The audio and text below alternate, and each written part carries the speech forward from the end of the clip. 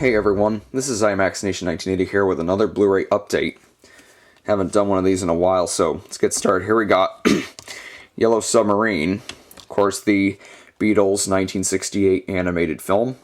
It's a great film. It's actually one of the most revolutionary animated feature films of all time. It was very, very experimental for its time. It was very surreal. It combined different styles of animation, and it was unlike anything seen at the time. It's really an innovative film, and it stood the test of time. It's a real classic, and with all those visual styles and the music of the Beatles, it makes for an excellent movie. I mean, if you haven't seen it, definitely check it out. I love the packaging, too. Put a lot of thought and effort into this. There's the disc, and it comes with a book with with an introduction by John Lasseter, which is really, really cool. It's got these see-through things, and it's got stickers, plus a promo here for the song track. That's what they call it, of course, because when the original soundtrack for Yellow Submarine came out, the first side was 6 songs from the film, including the 4 songs that first, made their debut in that film. And on the second side, it was George Martin's score. So yeah, this is a great film. If you've never seen it, check it out. I have yet to watch the Blu-ray version, but from what I hear, it looks spectacular. So I'm looking forward to that. Here we got Monty Python and the Holy Grail. This is a classic. It's one of the funniest movies ever, in my opinion. And I got this Blu-ray for a good deal at Best Buy, so I think it might have been a Best Buy exclusive too. I could be dead wrong. Here's the disc, kind of minimal artwork here. No DVD, of course. Nice to see they have artwork, when you take the disc out as well. Really nice.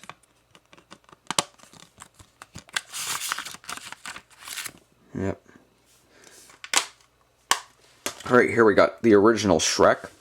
There's going to be a couple DreamWorks films in this one, because DreamWorks has been getting better, and I'm catching up on the movies I did not see. So in the next couple of Blu-ray updates, you're going to see more DreamWorks animated films. The original Shrek I wanted to get by itself, because I didn't want to get the box set, because, I used to like Shrek 2 a lot, but not so much anymore. 3, don't want, and 4, which was okay. For me, I don't know if it was really worth owning. Yep. This is still good. It's aged pretty well. I mean, some of the jokes, maybe not, but here we got the disc artwork. It's pretty much the same, except in the blue they removed the clouds, so yeah, at least they have artwork. Yeah, the original Shrek is one of DreamWorks' better films, because I'm not a huge fan of DreamWorks, but I do like a lot of their films, especially their more recent ones, like Kung Fu Panda and How to Train Your Dragon and such. But out of their earlier films, this one is pretty good, and I'm hoping that they release The Prince of Egypt on Blu-ray sometime soon, because I'm going to get that one as well. There's another DreamWorks film here, Madagascar. Now, when Madagascar came out, there was, people were split on whether they liked it or not. And I do like it. I personally like the movie, but I do know that it is pretty flawed, specifically in the storytelling and such. However, I do like the animation. I always like maybe not always, a long time ago I always thought the animation was subpar, but looking at the character designs now, they're actually very fun, experimental in a way. And look at the disc artwork. It's so bland. This one's the blue and this one's the DVD, of course. I mean, it'd be nice, if they had artwork, but since DreamWorks, the films made up until, Rise of the Guardians, which is coming out this November, were owned by Paramount. They don't have artwork because Paramount doesn't put artwork on their discs. And I figured I'd get this. I mean, I should have gotten this years ago, because I have the second one on Blu-ray. And the third one's coming out, so they're saying the third one's the best in the series, which I'm very surprised, because to me from the previews it looked terrible, but I'm going to have to give it a try. And one more DreamWorks film for today, Kung Fu Panda. This is the Blu-ray DVD combo pack, because of course this was released back in 2008, just the Blu-ray only, without this nice slipcover. I have not seen the second one, in case you were wondering.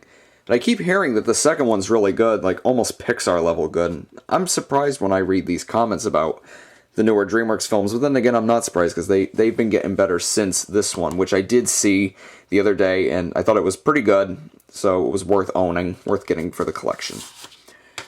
Let's take a look at the discs. Bland, bland, just like the Madagascar one. Feh. Here we got Mission Impossible Ghost Protocol from Pixar director Brad Bird. And this was perfect for him, really.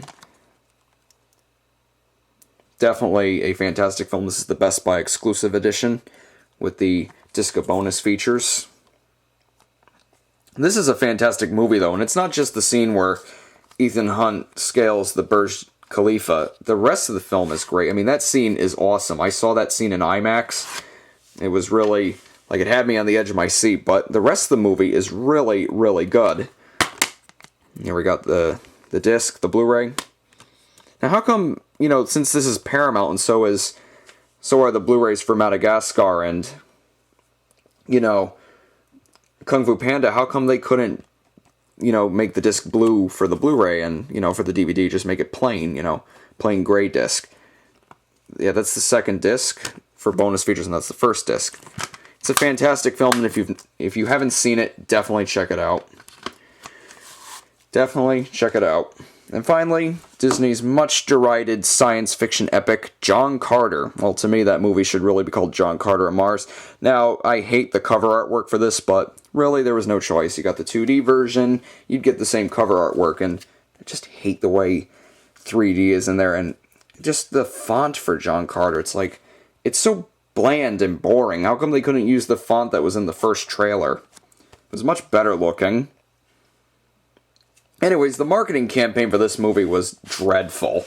I mean, the marketing was what made this movie fail, not the movie itself, because the movie itself is pretty decent, although I'm going to have to give it a rewatch and see what I think of it second time around. This is the Best Buy exclusive disc, but I don't think there was really much of a point because there's only like 2 bonus features on it. Oh well. And we got the, you know, the case. We got the Blu-ray 3D. And the Blu-ray. I think this is like the first major release Disney Blu-ray that doesn't have artwork on the Blu-ray disc. I mean, I know that Disney's left artwork off of the DVDs, but is this the first time Disney, like, didn't put artwork on a Blu-ray disc? And there's a digital copy, and what's even more sad, what's even sadder, is that, take a look at this. For the exclusive bonus disc with only 2 special features, it has artwork. I mean, Disney really didn't give 2 shits about this movie, did they? They're giving it the bare bones treatment of marketing. So yeah, if you haven't seen John Carter, I definitely recommend it. You may love it, you may hate it. I didn't think it was a great movie. I know it has its fans who are clamoring for a sequel, which is nice and all because, you know, this is based on Edgar Rice Burroughs' John Carter of Mars, but terrible marketing caused it to fail, and, you know, poor management at Disney, so if you haven't seen it, definitely check it out.